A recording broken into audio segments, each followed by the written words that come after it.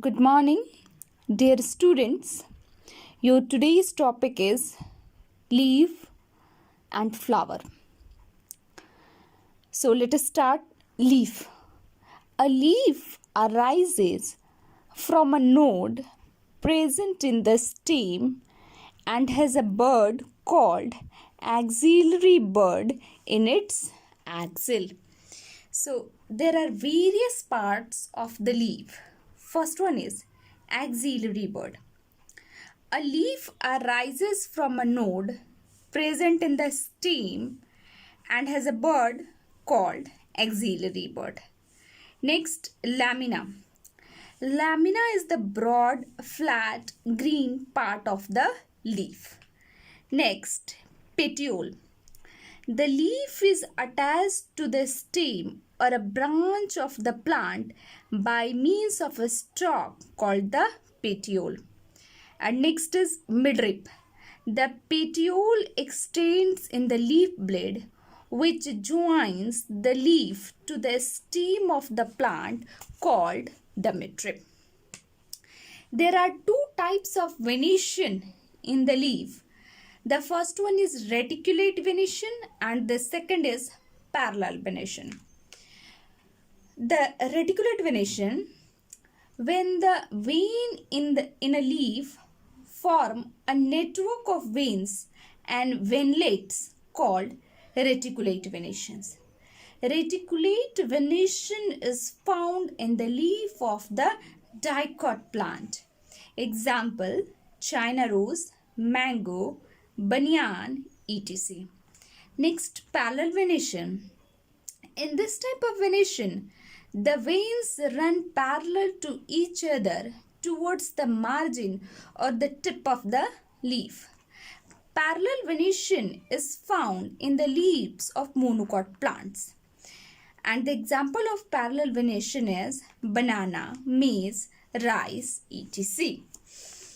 There are two types of leaf, simple leaf and compound leaf. The leaf which have single leaf blade called simple leaves, and there is no division of lamina in simple leaf.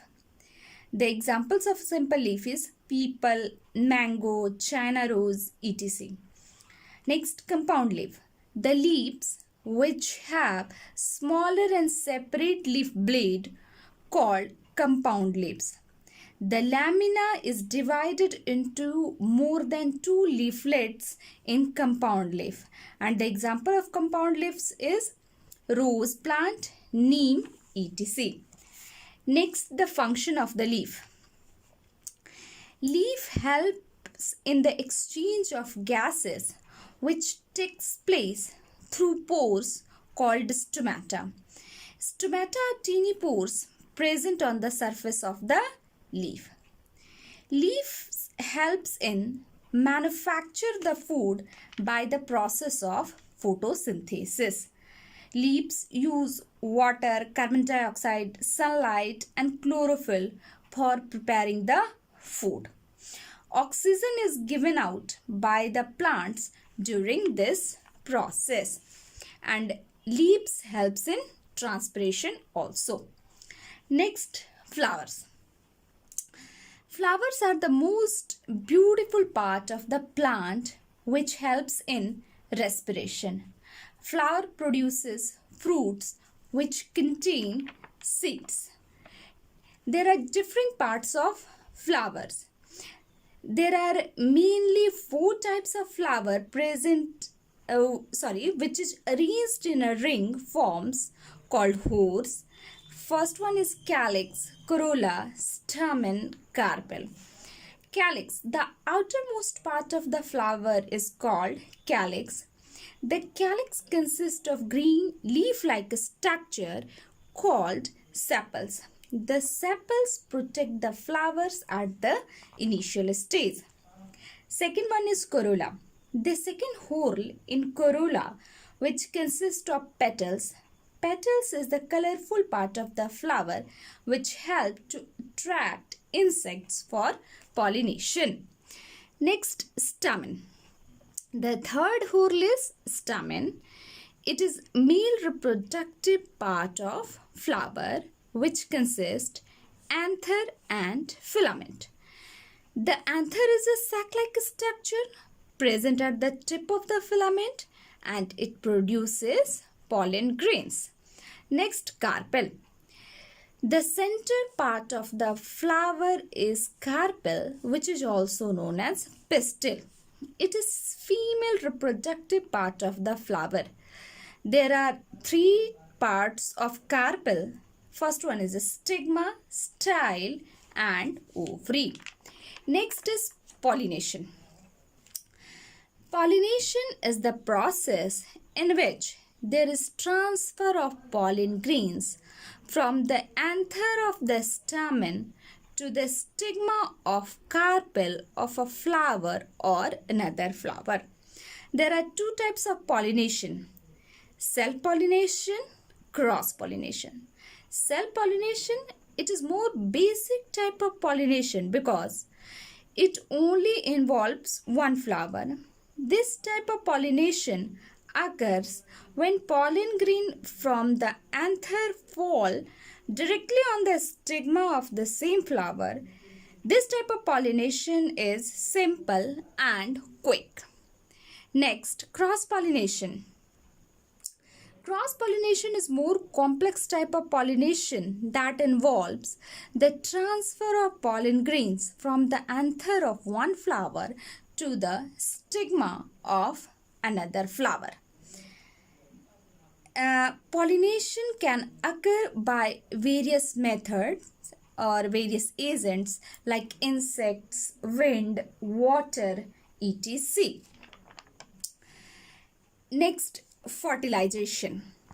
The process in which the male gamete present in the pollen grain fuses with the female gamete present in ovule to form a new cell called zygote is called fertilization.